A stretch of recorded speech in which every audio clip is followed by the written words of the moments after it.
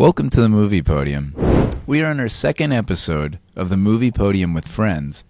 I'm your host, Matt Scott. I'm here with my dudes, Daniel. Heyo! Hello, John. Hello, John. Hello, John. Hello, John. Hello, John. Hello, John. And our guest coming back for our second episode, Sawyer. Hey. What's up, Sawyer?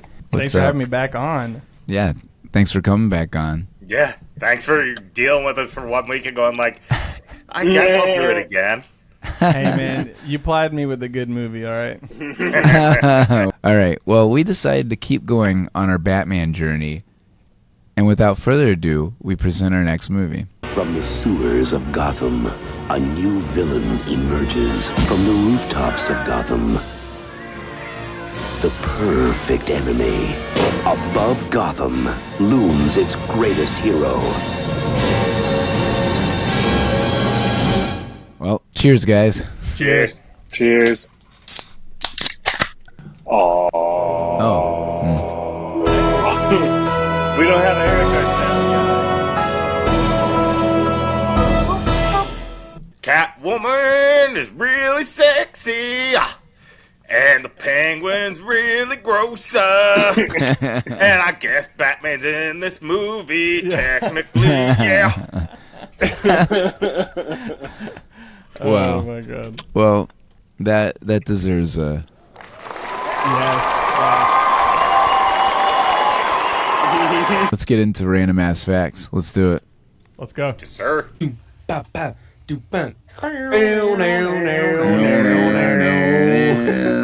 This got a Thor.1 on IMDb. Thank you. Is that It did hit the Thor mark. 7.8? Yeah.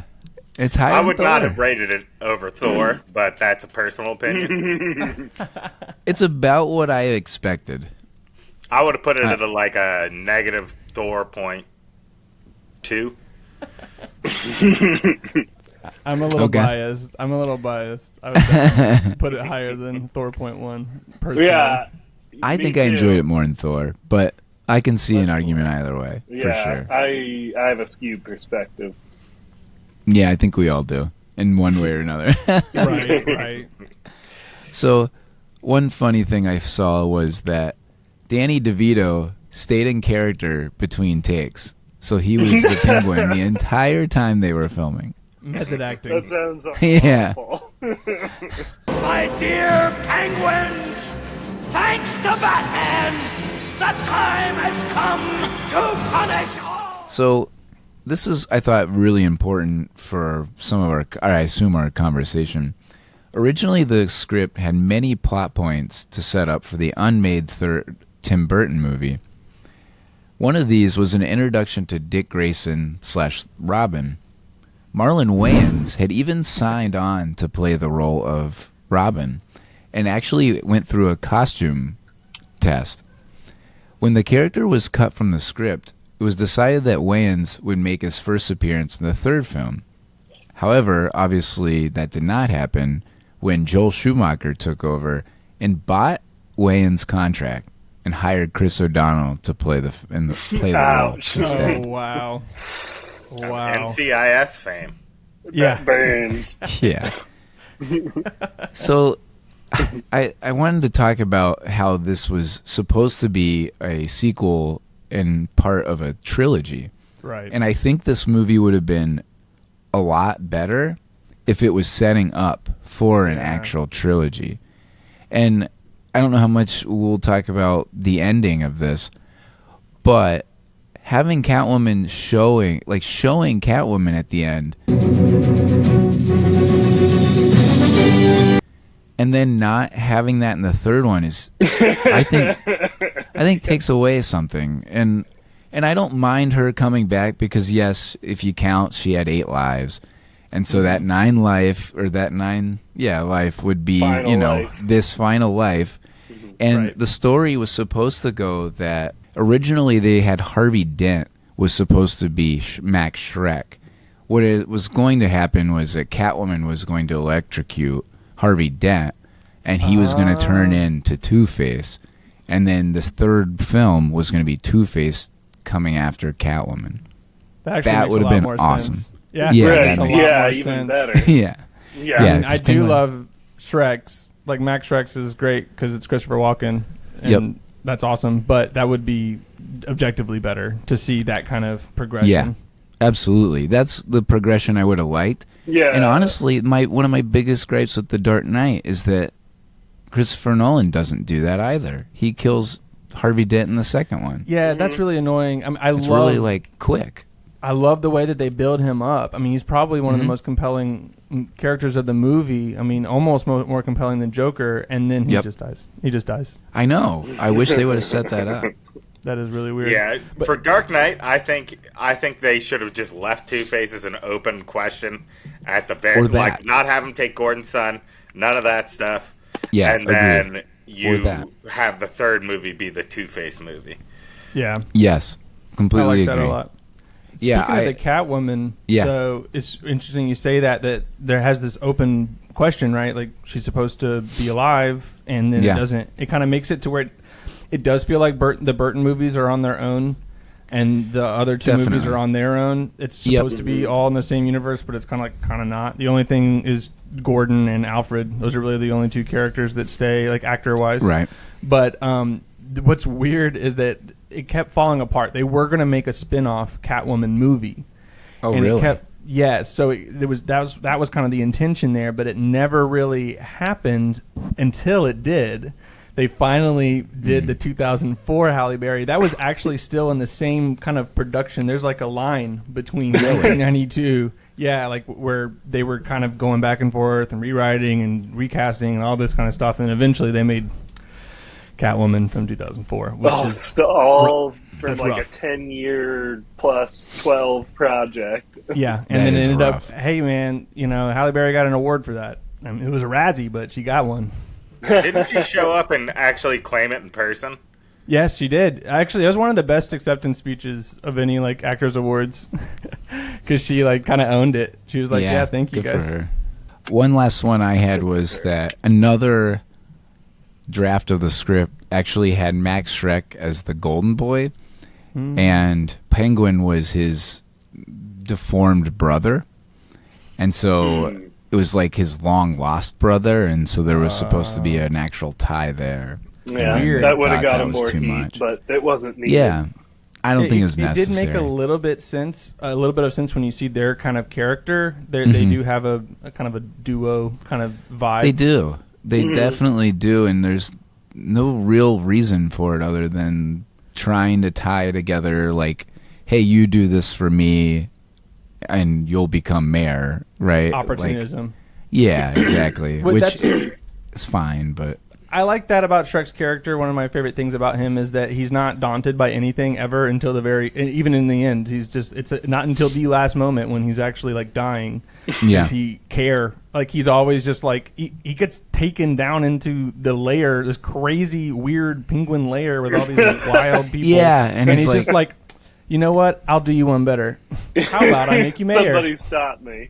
Right? Yeah. yeah, agreed. The only thing I would say is that there's that one time or multiple times he talks about his son, and he sticks up for Chip. Which, Yes. what a horrible character. Worst Dude. actor ever. I think it's hilarious. Go, personally. take yourself. Oh, he's so bad. It's like Arnold Schwarzenegger's younger brother that got casted here, and he does nothing, and it's incredible. I think it gets to my point. We'll talk about it a little bit later, but this movie's like kind of a low-key comedy, like for real. There's a lot of weird little Agreed. comedic turns that are on purpose. Like, Oh, very dude, much so. Penguin's hilarious. Yeah, there's that for sure. Oh, yeah, definitely. But I had just a couple things. One thing Yeah, is go really for it. weird.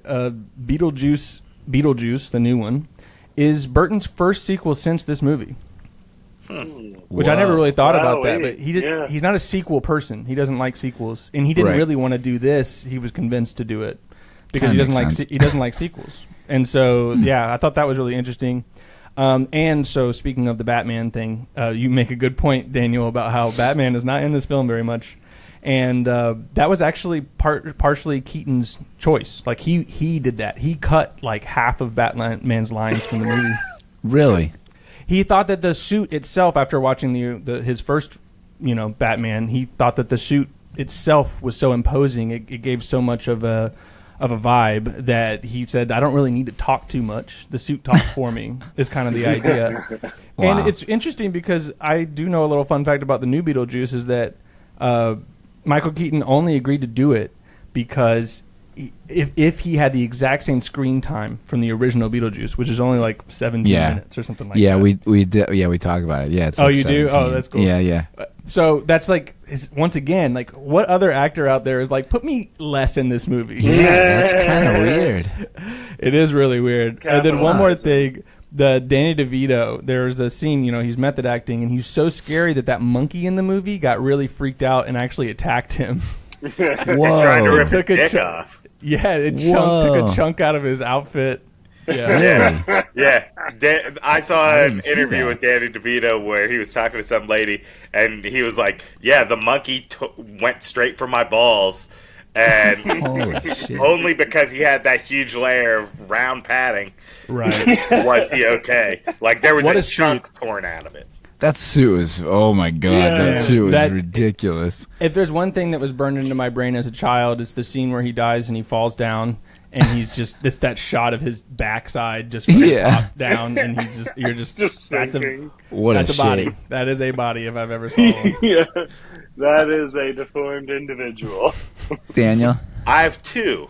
Oh, nice. The first one is that Burton actually met with the studio talking about Batman 3, which was going to be titled Batman Continues, which is about the worst name I've ever heard for a movie. I hope it had a question mark on it. Like Yeah. Batman just- Continues. Like, it just That's keeps better going. Better But than in the Batman meeting- concluded. Yeah, in the meeting, the execs kept going like, don't you want to work on a small movie? Like, do something more personal? And basically Burton was like, oh, so you don't want me to do this movie? Okay, then I won't. Wow. And that came about because McDonald's was promoting the crap out of this movie to kids, obviously, I remember with their that. Happy Meal toys and their Oh, I Yeah, actually definitely. forgot. Yeah, me and too. this little 10-year-old kid who was the junior movie critic for USA Today had an interview on TV where he 10-year-old. said that this movie is not just not good for children, it is actively anti-children. Because it makes clowns into bad people, Fair. it makes Christmas scary, and all these other things he They listed. kidnap children? Yeah. Or they Yeah. try Yeah. to? The He, plot. said, he Biblical- basically very said this biblical movie way. is anti-children. So that's why this movie had a great opening weekend and then just dropped off a cliff. Huh. Yeah, that's so Interesting. interesting. Yeah, they apparently pulled the Happy Meal the Batman Returns Happy Meal deal. They pulled it because there were so Really? many like parent groups that were getting together and being like, "This is not a kids movie." And considering when you watch it, it's not a kids movie. It's a kids No. movie to me growing up because I was a kid watching it, but it's not Right. a kids movie. That's a No, good it's point. it's a We solid talked about that a lot. PG-13. Like, Yeah. it Yeah, earns its PG-13 for sure. rating. It's darker Oh yeah, than the there's first some one. heavy stuff. Like he gets discarded like trash, and not Oh, yeah, happy it's Disney things. I agree. It's definitely darker in the first one. Yeah, the tone is Definitely. very much darker. I had one last one, and it's Okay. regarding that last scene. That last scene with Catwoman costed them $250,000 to shoot. It wasn't even like, and I don't even think it was Michelle Pfeiffer. Like they just had It a was double, stand-in. Yeah. and it cost like the way they had to shoot that. Apparently, it cost them $250,000 because it was a last-minute addition. Right. It was like 3 weeks before opening. They were like, "Wait, we should throw that in there. We need something more We grand. need." Yeah, apparently. I do like the shot though, personally. I don't It's a mind great it shot. It if just doesn't. I wish do there was a anything pay. for me. Yeah. That's right. I wish there was a payoff Yeah. because clearly in Batman or in Gotham, Batman's going to run into her again, Right. and we see movies going forward in the same universe, Right. and we don't see her until, like Yeah. you said, until Halle Berry, which by then we were tuned out. Yeah, Very much so, 10 years yeah. later, 12. To try to connect those. I mean, what was the last one? 97? I could be wrong about that, but I mean, that's like a lot. It's a lot. 97, 98 maybe, yeah. Yeah, something like that. Ready for some questions? Let's do it. All right. Let's do it. First question. Favorite thing about the movie?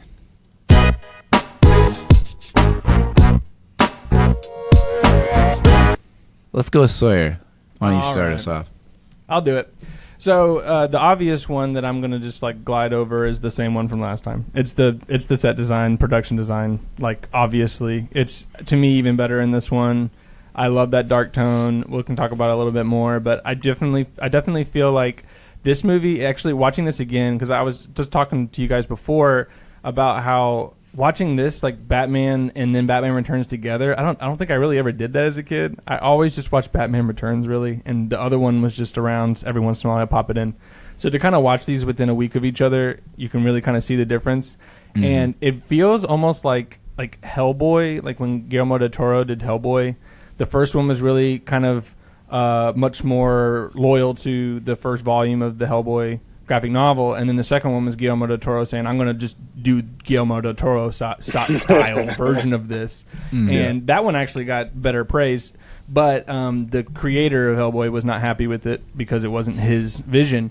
But I definitely feel like, you know, you can kind of equate those a little bit to this, where the first Batman felt a little bit more like the comics, and then this one felt Tim Burton just was like, I'm going to Burton this.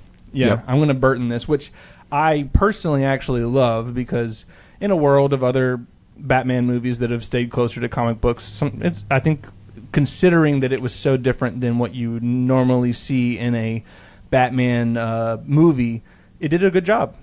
But my real favorite thing about the movie was the actual origin of Catwoman, like the whole, especially like it really feels like that for that first scene that she goes to her apartment, which is one of my favorite things too. That apartment is awesome. It kind of looks like it's built into a bridge. Like there's these big steel beams and stuff in it. Everything's painted pink and it's a great set.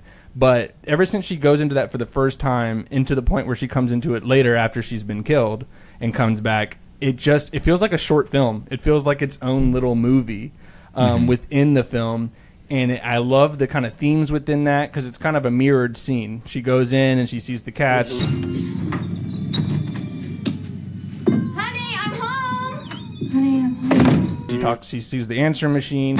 Maybe if you were chipping in instead of stepping out. Selena, this is your mother. Call me. Here is your mother. And all that kind of stuff. Everything happens again the next time, but it's all corrupted. She's kind of fed up. She's done it. I mean, she's literally been pushed out of a window and killed. And brought to life by licking and biting of cats, which is a vibe. Which might be one of my least favorite parts. It's just one of those, like, and I get that. I definitely get it. But I guess the nostalgia for me, I just think it's hilarious. It doesn't make any sense, of course, but it is funny to me. And since I love this movie so much, yes, it is very Burton. Oh, 100%. But that whole sequence where she is decided to just say, you know what, F this. Like, I'm going against the world. I'm tired of it. It's actually really relatable. She I mean, becomes everyone her true has self, been... kind of. Yes. Everyone's felt like they've been beat down enough to the point where they're just like, you know what, screw it. And they just want to, like, throw everything in their room, take their stuffed animals and put it in the disposable, the garbage disposal. And that whole scene, the music too is really good there. It's like a different score than normal. It's not just the Batman theme. It's like its own kind of the music dark, does a lot of the storytelling. Corrupted Christmas vibe. And then the neon sign. I love the neon sign where she hits it from hello there to hell here or something like that. And it's just that last final framing after this great scene. And she's sitting there with her outfit on, and she's ready to party. You know, it's just like feeling all sexy.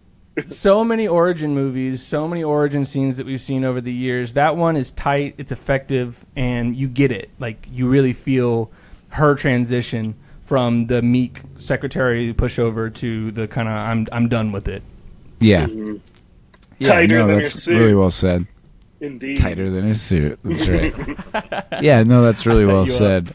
I do think there's some iconic scenes there. I really like when she goes to the Shrek's department store.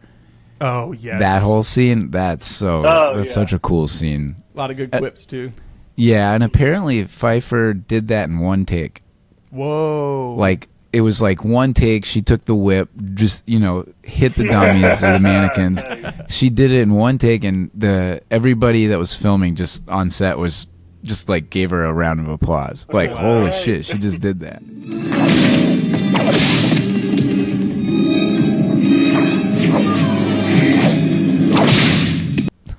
That's incredible. I mean, it's a great scene. It is. It really is. Daniel, how about you give yours? Paul Rubin is Penguin's dad. I never even put that together. But that's, and wow. the mom's also Dottie. Oh, really? In Pee-wee's Big Adventure. That's both of them. I have that, and then I said Gotham because I agree the set designs and the matte paintings and everything are great in this movie. So good. I don't have anything to say bad about Gotham in this city or in this movie. Well, Gotham does its job. Question. Yep. It's gothic and weird and great. Gotham's I love great. how much they're on the rooftops too. This movie more than the other one, they're always just like hanging out on the rooftops. You'll just see like Catwoman up there, and Penguin just walks around a rooftop, and he's just like, "How did you even get here?" Well, I guess his little flying umbrella. I saw her first. Gotta fly. The epic Art Deco kind of vibe, especially like in the Christmas tree scene, or they go to that plaza a lot. Yeah. But there's the big guys with they're pulling the switches and the gears. And Right, It's yeah. just very Metropolis, like Right, very yeah, much a Metropolis. reference to I mean, there's Metropolis. gargoyles, I'm sure, Yeah, all over the place. It feels like Gotham because Gotham feels in the books like this place that is just crushing down on you. Yes. Because of Yes. all the crime and corruption and all the bad things. It feels like the sort of city that would feel a little claustrophobic. And I love the games, all the Arkham games, like Arkham City and Arkham Knight and all those. And when you're playing those games and you're hanging out on those rooftops and you see all that lateralness, it's like it feels like I'm living this movie. And then that's why, like, as we talked last week, the Christopher Nolan movies, you definitely don't get that vibe. This one has Agreed. Completely agreed. The more comic book and like the video games just has that same like fantasy element, and this one is like more blue toned. It's like less like kind of browny and greeny and purpley like the first one, and this one is much more. It's you Christmas, could see it's more. winter. Yep. It's Christmas, it's winter, and I love the Christmas vibe. This is a Christmas movie. I was gonna say that. I'm glad you brought that up. In my opinion, this is more of a Christmas movie than Die Hard. Yes, I agree. Yeah. Like we're outside. Yeah. Even Bruce talks about Christmas, or Alfred. Right. Like Alfred I at mean, the end. Well, come what may. Merry Christmas, Mr. Wayne. Merry Christmas, Alfred. Yeah. Oh, Yeah, it's a huge there part is- of this movie, I feel. Yeah. I never remembered that as a kid. I mean, I do. Like, I remember it being in the background, but I would never think of it as a Christmas movie. But how our definition of Christmas movies has changed, Yes. and Die Hard is, this is definitely then, And the right? connections to Christmas within the movie. Oh, much yeah, more. puns. It's not just Right. like, Tons of hey, puns. this is Christmas There's a lot of- time, but they make subtle biblical connections stuff. throughout. The biblical stuff too. That's a good point. Actually, I didn't connect Yeah. it to Christmas, but it's very much so. Like Yep. taking of the firstborn son. I mean, A fanning out across town for your children, for your firstborn sons. Exactly. Oh, yeah. straight out of the Didn't get that Bible. I either. mean, It's yeah. part of, yeah. Moses John, sent down the river. yeah, that's right. Oh, Moses, yeah. Yeah. Oh, and yes. Oh my God, how did I not even think about that? It's so obvious. Yeah, the intro scene is Moses going down That's the what- river. John, what was your Oh, favorite are we thing? on likes? Yeah. Yes. Okay, it's the range of grays is what I call it. Batman gets made to look like a baby face, although he's like this rough anti-hero in the universal context. You've got Selena Kyle, Catwoman, pretty much being the same sort of anti-hero, but a little bit more troubled. Then Penguin, who's got a sympathetic backstory, but is just completely sadistic. Right. And then Max Schreck, who's an utter scumbag. Like, that to me is so Gotham because it's like the guy who's like very, he's a vigilante in the greater universe. He's like, he's an edgy guy who cuts corners, but has good motives. But it goes all the way down to the bottom of the barrel to the capitalist Max Schreck, who exploits Penguin and kills Selena Kyle. He's like the uber villain of this movie, and that is a good I just point. thought that was well done. How it's like the true villain is sort of not the Penguin or Catwoman. It's a very Burton thing. The Capitalism. conformity of the business tycoon is the bad guy. Right. Well, Beetlejuice, I mean, they're kind of like trying to capitalize on the ghost stuff and being all like kind of New York chic, stuff like that. Yeah. I could definitely see that. Yeah, that's a good point. Because who's the bad guy in that? I Right. guess Beetlejuice, kinda, but He ends up being the bad guy, but you're kind of, you're made to be grossed out by Catherine O'Hara's like friends and stuff. Like, Right. Yeah, Robert Goulet. Yeah, I Right. never really thought about Shrek being like the ultimate bad guy in the movie, but he is the most deplorable. I mean, one thing I did want to talk about, and we'll talk about later too, but like Danny DeVito's character, he is. Penguin is weird. His kind of authenticity is played with a lot in the movie. Like how much of him is real and how much of him is playing a game in order to get Gotham. Agreed. It's a big question and mark. it's similar to Batman too. Like how much of his alter ego, the Penguin, is his true self, or how much is he Oswald Cobblepot? Yeah. What about you, Matt? What's your favorite thing? So I had a couple. One of my favorite things was the cat and mouse game between Batman and Penguin, actually. Because I like the dynamic of them going back and forth. So, for instance, when Bruce Wayne sees right through Penguin's fake charm and, realizes that Penguin's out there looking for his birth certificate and his parents, and Bruce Wayne's like, I don't think so. Why are you now determined to prove that this Penguin is not what he seems? I think he knows who his parents are. There's something else. I really like that. And then you have Penguin breaking down the Batmobile. We're going to disassemble his Batmobile and turn it into an H-bomb on wheels. And almost getting Batman back. And that back and forth feels more authentic than it did with the Joker in the first one. At least from a personal standpoint. Now, I will say in the first one, I like how the Joker's, saying he's the bane. Like, you could tell it's the bane of his existence. Or every time that Joker's about to do something, all they do is talk about Batman. So I get that. But from a sense where they're closer together, I mean, I would say Bruce has a closer backstory to the Penguin by a mile, right? Loses his parents. His parents. Again, this scene direct from Gotham Plaza, where we have just witnessed the emergence. I hope he finds them. Right. So they have a real connection, and you kind of feel it. You almost think, like, Shrek talks about it, where he says something like, well, you guys could have been at the same boarding school or buddies. prep school buddies. Yeah. And If his parents had an 86, then you two might have been bunkies at prep school. And that I really like that, because it kind of gave, like John said, a compelling story to the Penguin that what I think normally is he's just a cool- mob boss, right?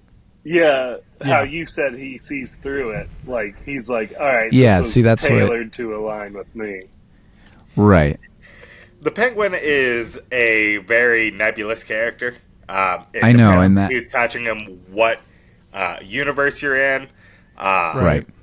Because sometimes the Cobblepots are an ancient Gothamite family, like the Wayne, like the Arkhams, Right. and they are, the co-founders of Gotham. One of the pillars of the community. And sometimes he's just a thug who got his power Like in the latest thuggery. one, kind of. Right. And sometimes it's like a squandered family fortune that got him into crime. There are a lot of different takes on him. Sure. Which kind of goes to my point. Yeah, it's one of those things where, like, Penguin's kind of a hard one to nail down when it comes to that. Sure. Yeah, Very and literal. Yeah. In this one, very literal in this one, where it's like raised by penguins. Yeah, that part I can't say I'm a huge fan of. Which I love. I mean, I love the simplicity of it. I love the simplicity, and I really like the audacity. Really, I mean, that's true. He does just go for it. He really went for it. I mean, he's literally deformed. Like he's got the flippers. Like he's literally got the hands. He's a penguin. Tiffany rattle and a flipper. My other favorite thing is I actually think this is well put together from Tim Burton. Now, again, I agree. A lot of the stuff is very wacky, but he does all make it come together in so many ways, and there's so much foreshadow in this movie. I mean, from the beginning of the movie to the end, there's so many times where they hint at what's going to happen right before your eyes. So, for instance, one of my favorite parts is the back and forth between Selena Kyle and Bruce Wayne talking about, like mistletoe can be deadly. And mistletoe can be deadly if you eat it. But a kiss can be even deadlier if you mean it. Mistletoe can be deadly if you eat it. A kiss can be even deadlier. Well, how does Catwoman die in this? She kisses Max Schreck. How about a kiss, Auntie Claus? Yeah. That's pretty deadly. Yeah. If you mean it. If you mean it, right. Well, yeah. Evidently, she meant it. She meant it. Right. So I really enjoyed seeing that. And yeah, I also like the Penguin and Batman stuff. I thought it was kind of cool to see. And also I like the gang that he has. The Red at least Triangle it makes gang. Yeah, at least it makes it more legitimate because as we saw, Batman versus Penguin is not really a fight. and that's the way it should be, right, Daniel? Like that's kind of how it should be. And so we saw that, and I thought it was played out very well from that aspect. So his biggest threat is having a gang behind him, right? So that all kind of adds up in a way. Yeah, the resources. gang of misfits. Yeah, exactly. I was fine with that. He's smart too. He's cunning. So he has like the scene where he messes with the Batmobile. That's and a way to get around his lack of brawn. Which to your point, it's like sometimes I felt that, and then there's other times where he like just goes in the horn dog mode or something, and it's like he doesn't have a brain. Like all he's thinking about is not all he's thinking about is boning this girl, or it's not consistent. I'd like to fill her void. Right. He's very emotional. You can tell. Yes, I mean, which I is think not calculating. Yeah, I mean, he's animalistic. I mean, obviously he was raised by penguins, so it's which is funny, but it's true. Like you can get that animalistic. His performance is very like he's literally acting like an animal sometimes. Like he's the way he's introduced as mayor and he won't Right. stop chomping. That's on true. the fish. Yes, That's exactly. The fish scene is great. The chomping on the nose scene is so iconic, and that's like 100%. We are So good. movie podium on all time moments. That's an AB. That's an AB repeat if I ever saw It it. really it is like the definition. All right, now let's see what we got for the worst part about this movie, or least favorite thing.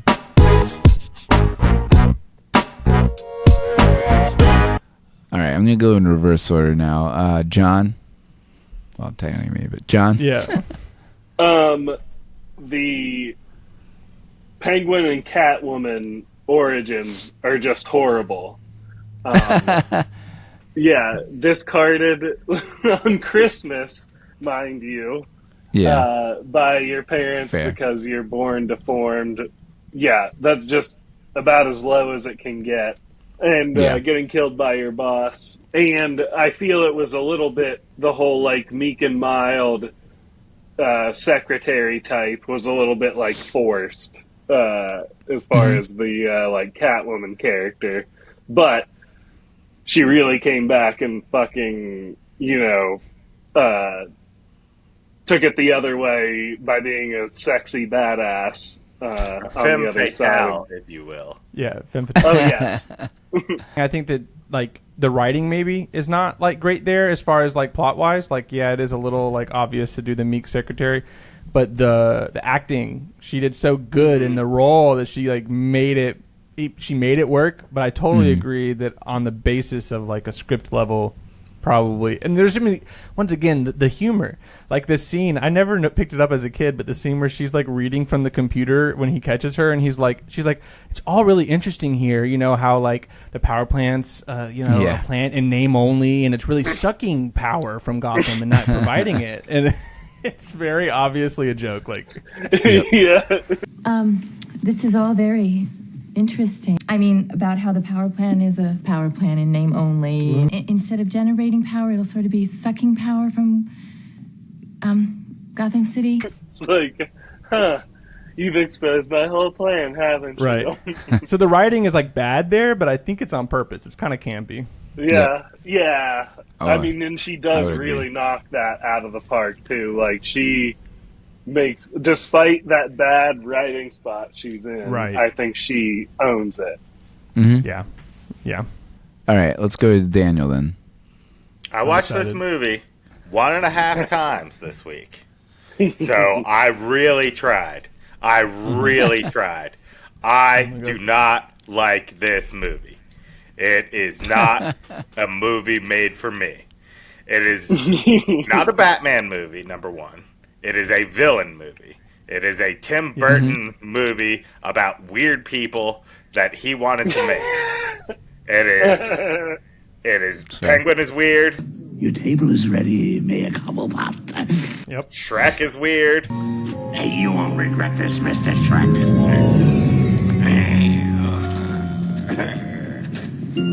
His plan is weird. He's going to steal energy and then do what with it? It's just Tim Burton doing some Tim Burton shit in the Batman universe with characters that I enjoy most of the time and don't really enjoy in this movie. So that's a big part of it. Also, it's really gross. This movie is just gross. Like, Penguin grosses me out. 100% of the time he's on the screen, I'm like, he's gross. Revolting. Yeah, I'm gross. And not in like a fun, like, ew, gross. I'm just like, charming way. I don't enjoy this. This isn't like gross out humor. This isn't gross out. It's just gross. It just makes me feel icky. I need to take a shower. So those are my two biggest problems with this movie. Yeah. That's fair. Yeah, those are fair. Yeah, understandable. It's definitely a villain movie. Yeah. Would agree there. Yeah, for a diehard Batman fan of like the comic books, I don't think I could blame anyone for not liking this film because it's nothing like the comics, other than Gotham, which is the thing that you liked. Yeah, and the things that do stay true to my thing is I'm okay with adaptation. I just want it to be true to the character. Right. That's why there are writers who I think have done just absolute trash jobs on this character. Everyone wants to write Batman, but not everyone can write Batman. Yeah, I agree. Yeah, sure. Absolutely. All right, Sawyer, what was yours? So mine, similar to last week, it was he killed that one guy with a bomb. I didn't like it. I never noticed it, and then I remember the scene whenever I saw it, but I like didn't ever think about it. And then when Daniel pointed it out way back when on that live episode, I was like, "Whoa, what?" Yeah, and that's so I was crazy. curious to see, and I found out, as a random ass fact here, that was actually not originally in the script. They wrote that in later. Huh. And I'm like, that made me even more disappointed. Yeah, definitely. Like, you know what this went out of movie your way to needs? make that scene. Batman killing someone. Yeah. Smirking as it's the only scene where he does it. Yeah, smirking as he jams a bomb in a dude's pants. Yeah. The smirk was really too much. I was just like, what? Yeah, which reinforces Daniel's point, not being true to character. That's one of his favorite examples, that scene. Yeah, and it makes sense. I think that, like, overall, it's hard for me to find things that I don't like about this movie, but just because it's so important to me. And every scene in this film is iconic to me. And I, like the department store scene you were talking about, I remember watching that this time around and being like, how could people not think this movie is like awesome? I don't know. It's just hard. It's hard for me because I am so biased. I am so biased about it. But you watch a lot of movies that have got higher ratings and their scenes that are just so throwaway. I think this movie is very entertaining. Where even Tim Burton himself said that he felt like the first movie was boring in parts, and I think that this movie trades like consistency and maybe even like coherency for just fun. It's just like every scene is something else. I would agree with that. It's actually, pardon the pun, it's batshit. It's a batshit movie, and it's just like it's crazy. Which I get why some people are like, this movie's messy and it's just all over the place, and it's all about the villains, and Batman's not in it, and there's just that all that stuff is so valid. But for me as a kid, it was just like pure, just put it in my brain. Like I just love it. Yeah, I will never dog on a person for liking a movie, especially a movie that they grew up with. That they are just like, this holds special significance to me. I will never dog a person for that. But I just know that this movie is not for me. Yeah. All right. Well, my least favorite thing is kind of what you guys are talking about. You kind of brought it up, Sawyer, is that I like movies that make sense a lot of times, and like because I need to process, like I have to understand like where the director is going from A to B, and that's why my favorite thing are those foreshadows and the analogies and all of the stuff that I think is well thought of. But my least favorite is some of the things like, how did Catwoman become a martial artist that can fight Batman?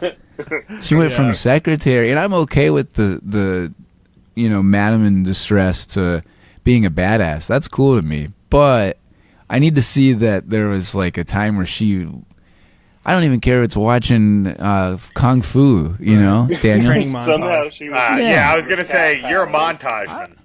I'm a montage. You love the like, Rocky movies. Hey, man, we all love montages. I don't know. Yeah, I don't know. That part like a didn't make great sense to me. opportunity. Max Shrek's big plan.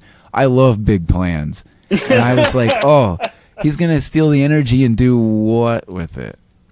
He said it's his Monopolize legacy. it? He kept saying it's his legacy. This power plant is my legacy. And He's going to monopolize the power company. Like, who cares? Like, he's going to be even richer. One Great. thing that I felt wanting to be explained is, yes, Penguin, has a horrible backstory, but it's like, all right, he wants to get all the firstborn and kill them.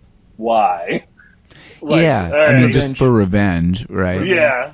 He felt like he was casted out, so he wanted to do the same to everybody else. Oh yeah, that's a villain thing. Fine. Yeah. I'm fine with that. But the power plant thing was weird. No, that makes There's a lot, and the Catwoman not being able to fight or being able to fight Batman. Holy shit! Yeah. What? So those were like the things that the things that didn't make sense to me. Like there's a lot of those. Yeah. And again, I like this movie, but those are the parts where I'm like scratching my head. Like I can't love it because of that. And I do agree. I think there are more iconic scenes in this than the first one, and there's more like packing. Each scene packs a bigger punch than the first one.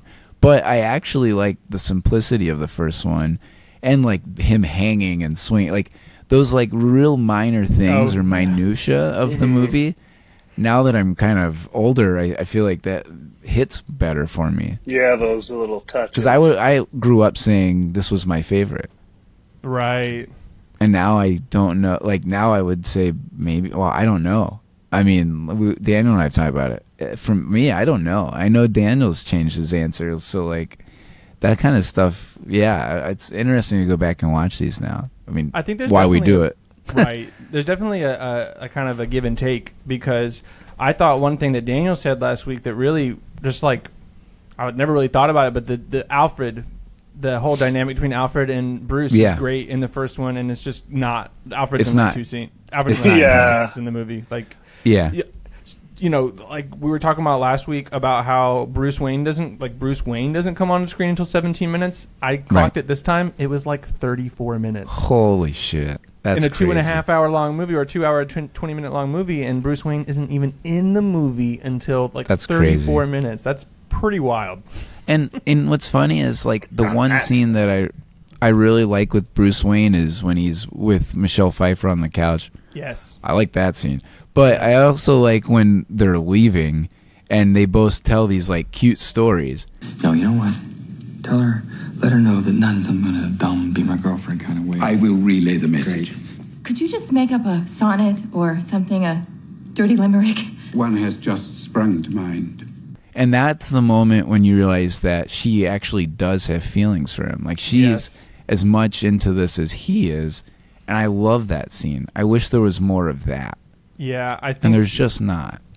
When you're like what you were talking about, how stuff doesn't make sense, and I think in general that's very true. It's probably the biggest thing dogging this movie is that it's very incoherent in some ways, and the moments like that where they have these genuine moments are so you want to hang on to them. You want more of that. Same, absolutely. I did feel this time watching it, being older, watching it with such a more critical mind. 'Cause I knew we were talking about it, being like, man.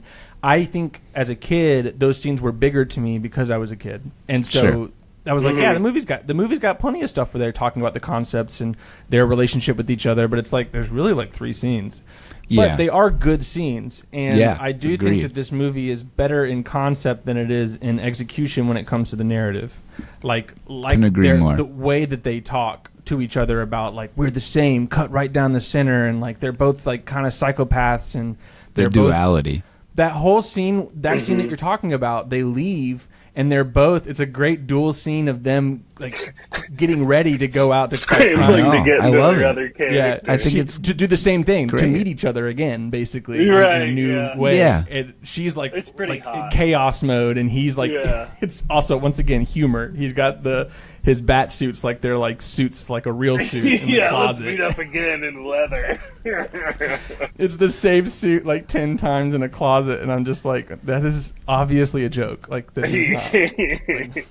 Daniel, did you have something to add? Yeah, I was just going to add on to that. The quiet scenes, that sort of stuff is the best stuff in the comics, too. The quiet scenes, the character interactions. You buy the comic to see Joker get punched in the face, but you keep buying the comics because, you know, there's a quiet scene with Alfred, or there's a quiet scene with Dick. There's a quiet scene where he's talking to his new love interest or whatever. Right. Those are the reasons that you keep coming back for the book. Because if you just want a Joker punched in the face, you need one. And then you just flip to that page whenever you want to see Joker get punched in the face. Yeah, great point. And this movie does not give you a lot of those quiet so scenes. I think that's a major failing of this movie, is it doesn't give you enough of those quiet moments, quiet character moments that you actually get the characters. You know? Yeah, agreed. Yeah, absolutely. All right, next category. Who won the movie?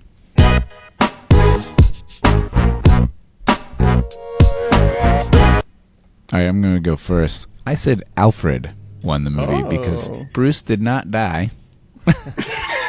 I couldn't say Bruce because he lost his second girlfriend. He even showed her who he was again, and that failed again. And so Bruce does, win because he doesn't die and kills Penguin, and life goes on, and he has a cat. He has a pet cat now. And maybe he would see Catwoman in the next movie. But I said Alfred because he, doesn't want to see Bruce die. It was hard to find a winner of this movie. That's what my point is. Daniel, you want to go next? I have one. And the winner is Tim Burton, because Tim Burton did so well with Batman, 89, that Tim Burton got a Batman movie, that he got to do whatever the fuck he wanted. There was no studio interference. It was just Tim Burton doing a Tim Burton take on Batman, and it shows because it is a Tim Burton take on Batman. Yeah, I mean, it's good answer. It's the second Hellboy. It really is. Like, it's just Guillermo del Toro saying, you know what, I liked Hellboy, but I'm going to do it my way. And that's exactly what happened here. So, Burton got to have his full vision in a Batman universe. Very interesting vision. Yes. I love it. Yeah. Again, there's some things that I really do like. Sawyer, who won the movie for you? The villains.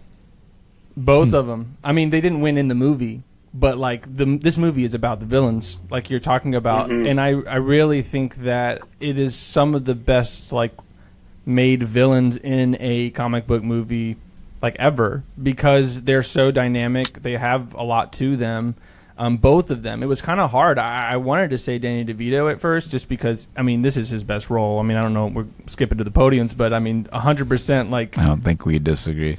Yeah, number one on the podium, because he's really, like, this is his magnum opus, and in some ways it's very operatic. His acting in this is like... Oh, yeah. Like grand. It's very grandiose. Yep. Yeah, all of his method lines acting. are Could very not agree oratory. And it's grand, and like you said. I just never forget the scene in the cemetery where it's just so well made, and it comes down on the people looking through the grates, and then he's walking up to his family's tomb, and you see the light is down on the headstone, and he's really feeling himself in that moment, and it's hard to know whether he's really feeling something or whether he's just doing it because he knows everyone's watching. Yeah, for politics or whatever. I always thought it was that, but then he does this kind of before he decides to run for mayor, and That's true. kind of watching it again, I realized like he had to be convinced by Max to run for mayor. That wasn't his original intent. And so I wonder, like, what was his intent? Was there a part of him that was like, I'm trying to reclaim my family right? I'm trying to reintegrate myself into the world.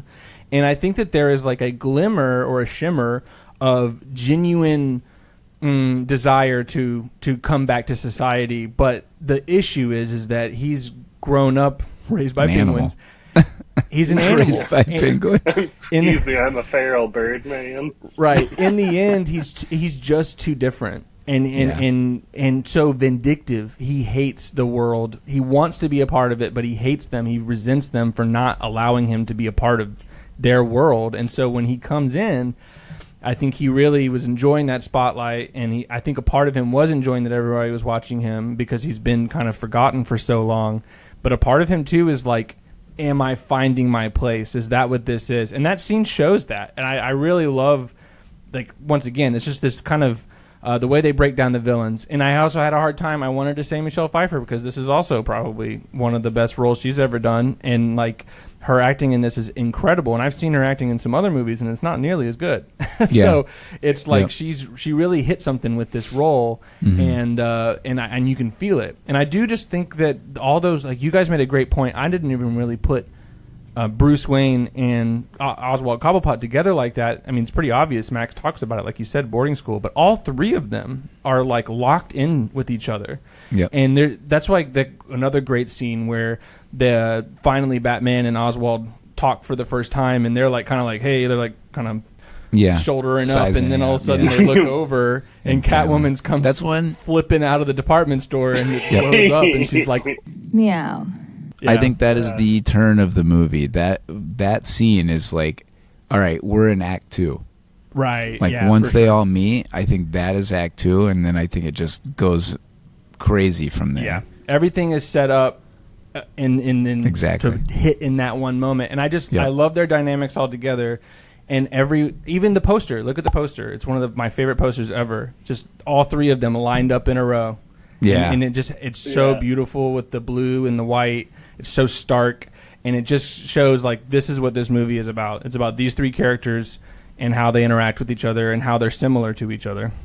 Yeah. So the villains, to me, won the movie because they're the most important part of the film, and they're the things that were most successful about it.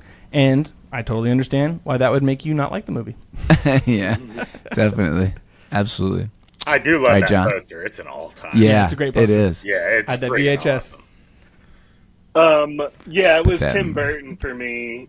Daniel covered it a lot, and Sawyer said a lot of what I felt too, with how I liked how the plot was carried by the three on the poster, not just Batman. You didn't need to have a lot of Batman. There was all kinds of interesting interconnected plots with each other, but for me it was Tim Burton. Like, he gets to get away with making his ideal Batman movie, and then I think it sets him up for further success throughout the 90s. I like what you're saying. I mean, the movie's unique, like you're saying. Yeah. At least they went for it. And for me, I agree. And when I review movies and stuff on my podcast, it's always like the biggest thing for me is like, is this a unique movie? Have I seen this before?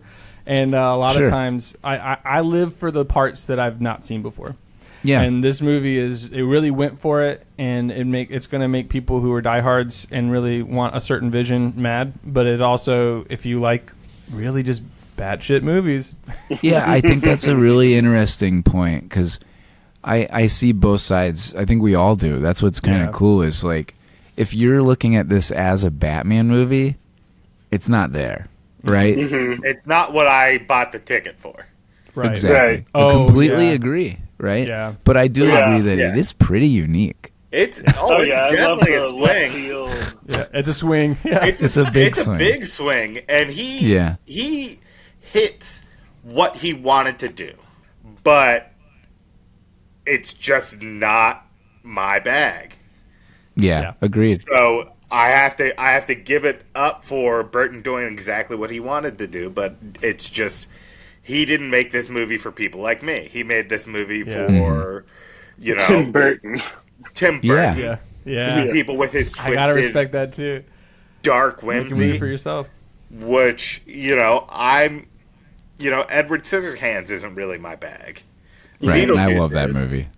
Yeah, Beetlejuice is like, that's a hard 10. I mean, like, good lord, you can hate all that darkness, but the way that Michael Keaton and the humor behind it and the music and there's something about that. It's like anybody likes that movie. Yeah. My mom likes it. Everybody. And I liked Batman '89 perfect movie. Pretty well. A lot better than I thought I did when we rewatched it for last week. Right, so it's not that Burton can't make a good Batman movie. It's just that this is not that Batman movie. Yeah, I agree. I was very surprised how much I enjoyed '89, actually. Yeah. I didn't, again, I always had Returns ahead of that, but I don't think so anymore, which I hate saying. Because I'm with you, Sawyer. I'm very nostalgic about this movie, too. Like, I grew up with this movie just as the same. Like, I think this was the first VHS my sister owned. Yeah. And she's 3 years younger than me, which is even weirder. But that is she's weird. like I feel like she was like What'd 2 she or get 3 for at the time. Christmas or something? Yeah. I was -1 when this movie came out, but it's still like like I said, they literally played it at daycare. Like they literally just to quiet us down, they put that movie on, and that was also at home too. So like this movie was literally burned into my brain. Mm-hmm. I mean, it ended up influencing my entire like aesthetic, like what I enjoy in any kind of creative. That's the same way for me with like Jaws. And I let my kids watch Alien probably way too early too. But I mean, they were down with it, and I'm like, yeah, it's a sick movie. I turned out okay, but I do love horror. So. All right, next category: favorite line from the movie.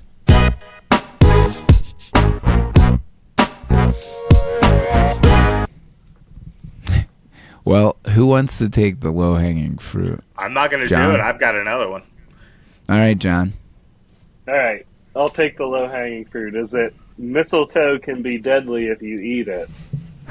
A kiss can be even deadlier if you mean it. Nice. That's not the one I was thinking. That's not the line, okay. John.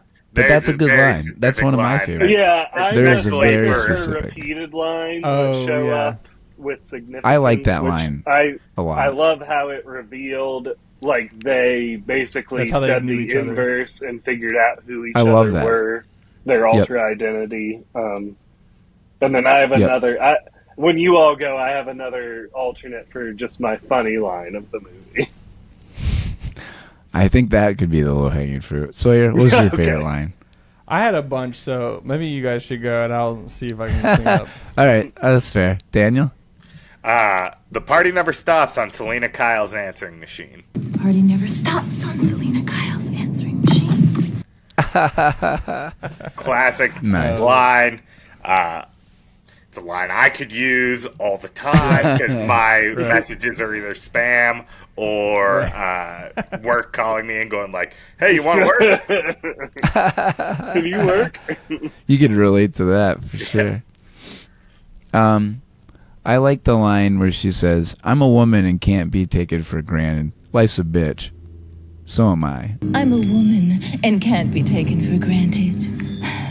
Life's a bitch. Now so am I. I got that one down. I wrote that one down too. Or no, so am I. Yeah, I like that. Yeah, life's a bitch and now so am I is what she said. Yeah, now so am I. Yeah.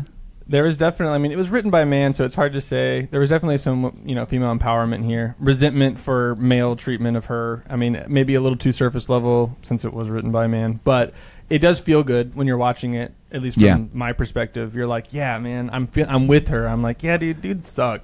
Like, yeah, I 100. Yeah, absolutely agreed. All so right. one of mine, I liked. Sorry, I mistook me for someone else. Yeah, we've met. Have we? Oh, I'm sorry. You know what? I mistook me for somebody else. Sorry. It was a really subtle line. I never noticed it before, and it's like he's like quietly revealing that he's kind of blurring the lines a little bit. He's forgetting I'm Batman or I'm Bruce. Yeah. I think he's fumbling a little too because he's enamored with her, which is cute. Right. And there was a couple of just like I was saying, kind of driving this point home that this movie was a comedy. Is that there's like the line where he's coming down from the Penguin is from the spiral staircase, and he's meeting his kind of team for the campaign, and the lady comes up and he's like, okay, so what I'd like to do first is put these little glove thingies on you. Our research tells us that voters like fingers. Yeah. To put these little glove thingies on you. Our research tells us that voters like fingers. And I just thought that was so funny. I was hoping someone would say that one. That one, yeah, I was Sorry. not going to say that, but it is a good one. No, it is a good one. Also, I liked when she's trying to convince Max Schreck not to kill her, and she's like, "How can you be so mean to someone so meaningless? How can you be so mean to someone so meaningless?" Oh, yeah. That one really resonates with the big corporate, stuff, and obviously a mean boss picking on someone for no reason. Male cruelty. Yeah. Just that one's feeling like... Really it's resonates. The man. God damn it.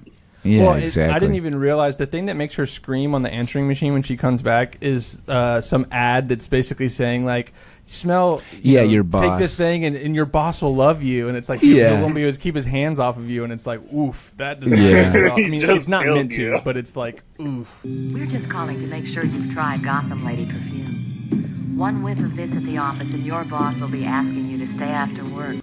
That hurts. I also love when Max Schreck at the end when Bruce takes his cowl off. And if you notice, I've noticed this for years now, but in that scene, he's got his eyeliner on, and then in the scene that he takes it off, it's just off, and you can just see his eyes. He's made up as Bruce Wayne. And his facial expressions are all weird too. Yeah, it's really weird. Yeah, almost smiling at one point. And also, like I don't know how to act as Bruce Wayne. Bruce Wayne. Yeah, I'm in the suit, so I should be Batman. But also, it just proves that it's a rubber cowl. Yeah, okay, you're really dispelling the myth here. But Max Schreck says, "Bruce Wayne, why are you dressed up like Batman?" Yeah. Bruce Wayne, why are you dressed up like Batman? Because he is Batman, you moron. That is a good line. Because he is Batman, you idiot. Yeah. Well, he was. John, what was your funny one? Oh, the funny one is when Penguin or Oswald's doing a big speech and the crowd turns on him, and he's retreating, and he says, "Why is there always someone who brings eggs and tomatoes to a speech?" Why is there always someone who brings eggs and tomatoes to a speech? Yeah, that's another one of those. I like lines. that line. Yeah, I like that line. Yeah, just an ode to like campiness. Like, of course, they're gonna throw rotten vegetables at him. Yeah. What about when your nose bleeds? How come you didn't say that one? Could be worse. My nose could be gushing blood. Your nose could be. Forgot. That's low-hanging fruit, John. What? How do we not talk could about? Be worse. Your nose could be gushing blood. Could be worse. Since I don't even know the first time our group of friends said that. Like that is definitely something we say all the time. Yeah, it's in our lexicon. All right. We got 2 categories left, the podium moments. So first we got, is this a podium role for any of the top billed cast members?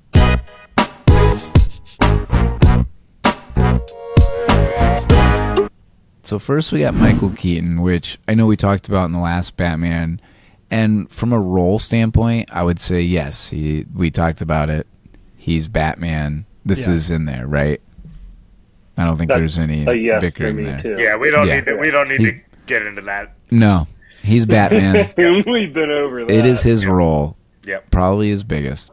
Next, we got Danny DeVito, and I said yes. Yeah, same. I don't have anything. It was tough. It was tough, but I said yes. You know, I looked at his IMDb, and I wasn't sure where to put it in a 1 through 3, but I think Sawyer, you made a really compelling point to have it at, like, he really, really is good as an actor in this. Like, he nails the part from what it's supposed to be. Again, I don't have any issues with him or Catwoman from an acting standpoint. I mean, they crush it. So I agree this is probably his best role. He's mostly known for TV, right? I mean, from Taxis, where he got his big start. And then, obviously, later on, Always Sunny. Amazing. Yeah. I like Throw Mama from the Train a lot. See, that's on mine. That's on mine. Really? Yeah. Number 3 was Throw Mama Off the Train. Huh. Interesting. What about 2? Matilda. Oh, okay. He's a dad in Matilda, yeah. I always remember him growing up as being the dad in Matilda. Yeah, of course. I had Big Fish. There's twins. Junior. Yeah, twins. Yeah. Thinking of Arnold. Yeah, twins. And Junior. Yeah, Junior. Yeah, those 2 are synonymous. Basically. They're like, let's do it again. Yeah, exactly. And then we have Michelle Pfeiffer. I said yes. For me. Yes, very much so. Yeah. This is her best role. And I kind of agree, like, looking back at hers, I'm not that impressed. So, like, she's not even Grease, right? She's Grease 2, right? Olivia Newton-John is the first Grease, so she's only the second. Michelle Pfeiffer. She kind of looks like the girl in Caddyshack, but she's not. So what I'm getting at, she's not actually in very many big roles. You kind of think of her as somebody that Paradise? Is that? She is, and that's on my... Or no, it's called Dangerous Minds. Dangerous Minds, thank you. That's the Gangster's Paradise is from that, and that's on my podium. She's in the music video. But you're adding to my point. Even the movies that she's in, we can't even think of the name. So like, this is definitely on her podium to me. Like, this is her biggest role. Yeah. Again, I didn't want to say that, but I looked at it and I'm like, yeah, it makes sense. And she does really well. Yeah, I think growing up, go watching ahead. this movie, and I kind of had a more mythological thinking of her as a big name actress, but really she hasn't been in that much stuff. I mean, I had number 3 was Witches of Eastwick, and then What Lies Beneath. That was an okay movie. I mean, the movie. I forgot she was in that. Yeah, John and I saw that in theaters. Ford. John and I saw that together. Movie. It's critically not very well. It was not bad. Good. I rewatched it. Scared the not shit too long out of ago. John and I. Oh yeah. Yeah.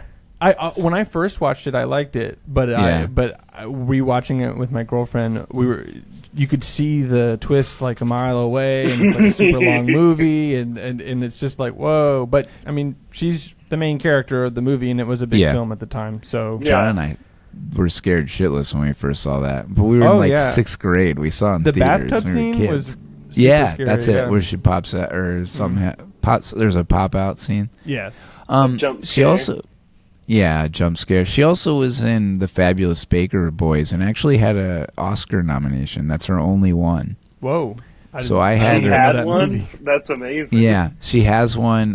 It came out in the 80s, so it was pretty critically acclaimed, but that was really her biggest, like, from a critical standpoint. So, yeah, I would say yes. I liked her in Stardust. That's a random movie, but she was great in that. And Hairspray. I liked her as the mom in Hairspray. The mean mom.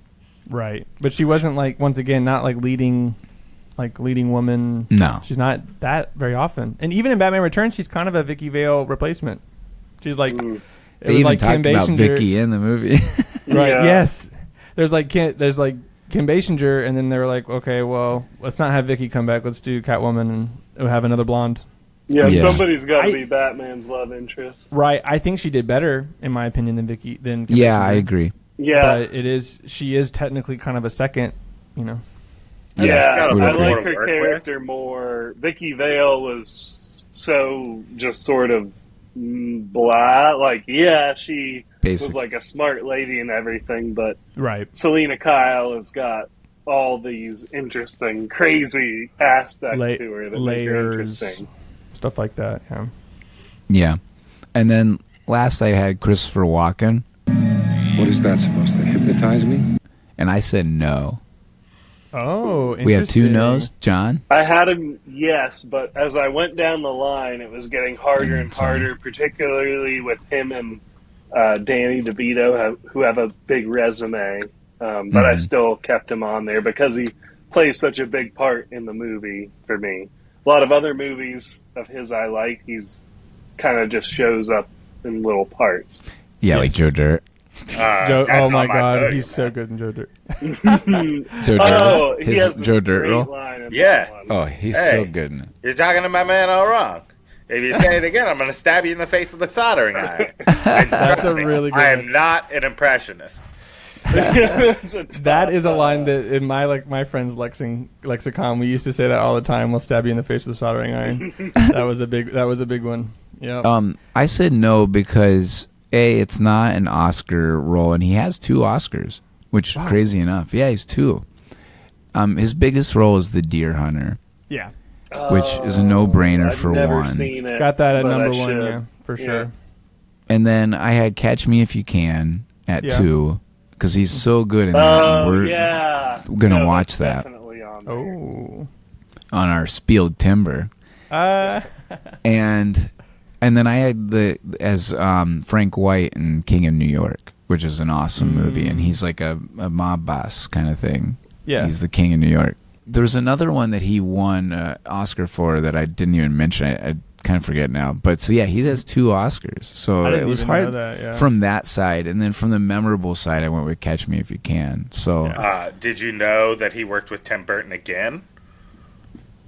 Yeah, in Sleepy Hollow. Sleepy Yeah, Hollow. he's the Headless Horseman. He's the Headless Horseman, right? Yeah. He was that creeped me out as a kid. Like that. Scene Oh in yeah, that particular. scene where He's got the teeth. you see his teeth. Yeah, Yeah. Same. Yeah, I liked Hessian. that movie when I saw it. I have never seen it again, but when I came out of the theater, I was like, that was spooky and fun. I enjoyed that movie. I really not like very- that movie, and Yeah, I watch it's not it critically pretty much acclaimed. every Halloween. Oh yeah, that's fun. I've been meaning to watch it again. It critically wasn't very acclaimed, but I think aesthetically it's just incredible. I mean, it's exactly what you're looking for like a spooky, like you're talking about, like a Halloween movie. Yeah. Oh yeah. All right. Oh, and so he won for Catch Me If You Can. Oh no, he's just nominated for Catch Me. No, he was Yeah. nominated. There was He only another won one for that the he. Deer Hunter. Oh, Yeah. okay. So those are the 2. Okay. Yeah. So those Deer are Hunter my was 2. number 1 for sure, and then Batman Yeah. Returns I had 2, and then I had the Dead Zone for 3. That was a big one for him. Oh, Dead I Zone was never a big one watched. for him. I never The saw movie? that. Yeah, Is they it tried based to off make the a TV? So show this out of it. it's actually, of course, a Stephen King book Yeah. or short story, and Yep. they made a movie about it like in the 80s, and that was a big vehicle for him at the time. Oh, okay. I And just then, remember the Anthony. Was it Anthony Michael Hall? Anthony Michael Hall. I did watch that show a lot, actually. The USA on USA. Yeah, it was on USA. I just yeah. Probably I used to after watch Raw. Yeah, oh, Exactly. it was like that show and like Psych. They would always like be like right next to each other or something. It was something like that. Yeah, but I that, and then there's another movie. It was like it's like a alien movie or something. The Prophecy. Mhm. That was like a big. Yeah, movie that for was him on IMDb's what he's known for. I Oh, really? haven't seen Yeah. that. Those are just some of the, because I never thought of him as a leading man. These are kind of like leading man roles for him. Yeah, and another one I would say would be Kevin would be mad. He was a Bond villain. Oh yeah, View to a Kill. A View to a Kill. Yeah, that's it. Oh, I didn't. Yeah, I he was a saw Bond that. villain. I'm like, Kevin would be here. He'd be lighting that one up. Nice. Or farting it up. All right, last category. And so, since we've already done a podium for the year 1992, we kind of went outside the box with this. And since this was a pretty big sequel, we decided that we would come up with our 1990s sequels. And so the question would be does this podium as a 1990s sequel?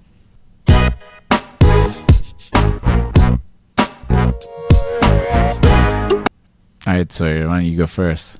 All right, I'm ready, and I'm going to do it in the right order this time. That's fine. John does it in whatever order he wants. Sometimes he goes 2, 1, 3. You know, 2, 1, 3, 231. I was watching back and I saw that you guys did 3, 2, 1, and I did 1, 2, 3, and I was like, uh-oh. But anyway, so at number 3, I've got Teenage Mutant Ninja Turtles: Secret of the Ooze. Oh, nice. That was, wore that movie out as a kid. And, For sure. Come on, go Ninja, go Ninja, go. That's And right.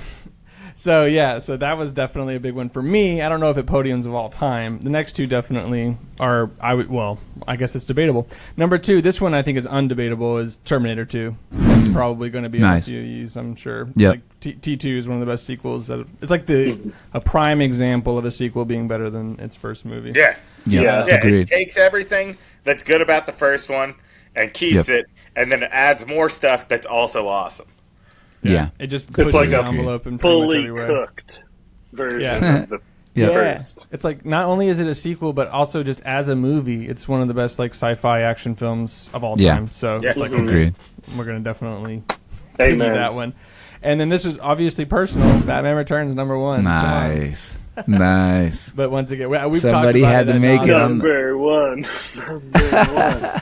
for me. Nice. It is a 90s sequel, and it's Very incredible. 90s. And Yeah. So that's mine. That's awesome. Nice. Daniel? For me, at number 3, I had Lost World, Jurassic Park, and then Oh. Sawyer just brought up Teenage Mutant Ninja Turtles 2, so I scratched out Lost World, Jurassic Park, and I put on Teenage Mutant Ninja Turtles 2, Secret of the Oh, Ooze. man. You Because guys are funny. that was my Turtles movie. I know it was. Much Same. like Sawyer with Batman Returns, I saw the first one, but this is the one that I saw and saw and saw. I would put it in my VCR and just play it whenever I had an opportunity. Tonka Razor, cool, I guess. Yeah. Super Shredder's Sorta. Kevin Nash. You Super know, we love Shredder? Kevin Nash. Can't- This is a pro can't Kevin beat that. Nash podcast. Yep. Yeah, so- definitely.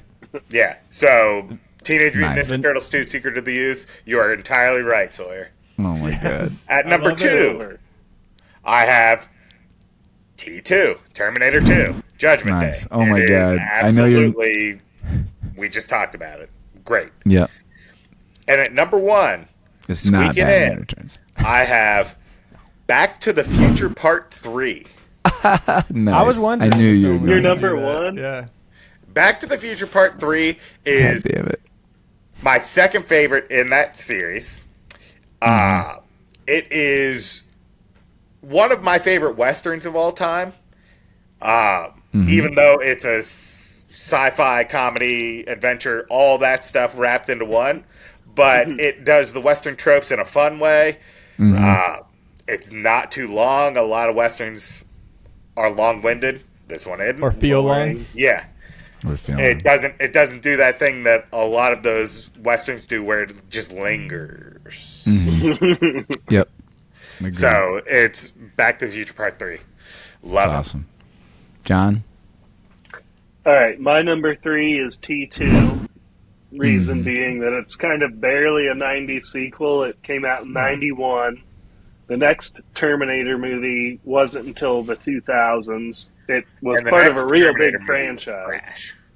Yeah. It's all on there. Number 2, I have Back to the Future 3.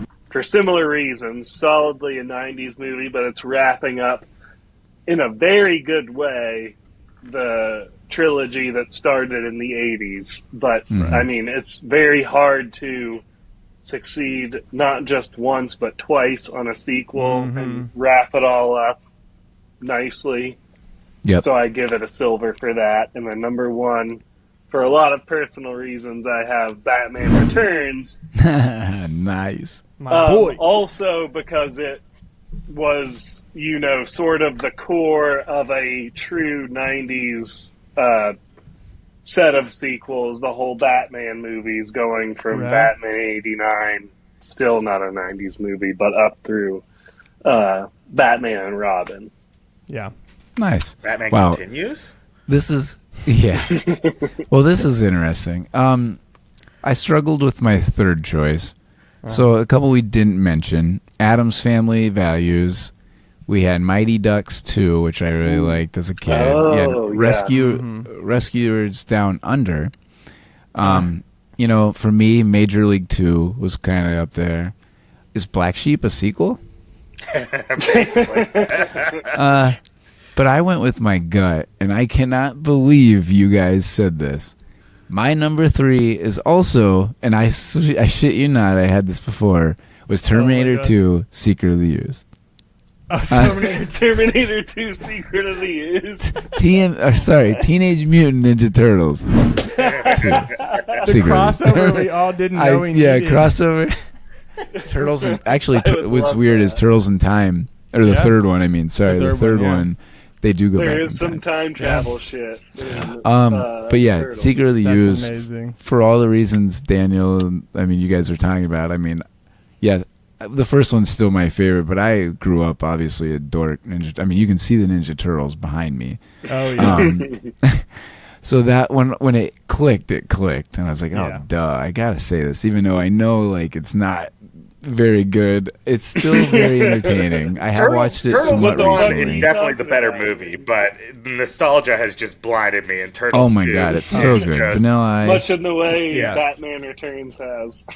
Well, yeah, I think it's the same thing too. It's less coherent, but it's more fun. Yeah. Yeah, agreed. Right. Definitely. My number 2. We're also similar. It's crazy. This is an entire decade. My number 2 is Back to the Future Part 3. Because of all the reasons you guys already said. I mean, it does wrap it up well. Something you didn't mention was the ZZ Top scene. Oh, Absolutely love it. When I got that song DVDs, will always... I would just watch it on my computer because my computer monitor was next to my bed. And I would just have that in the background while I slept because it would skip to the menu after the movie was done. So it was just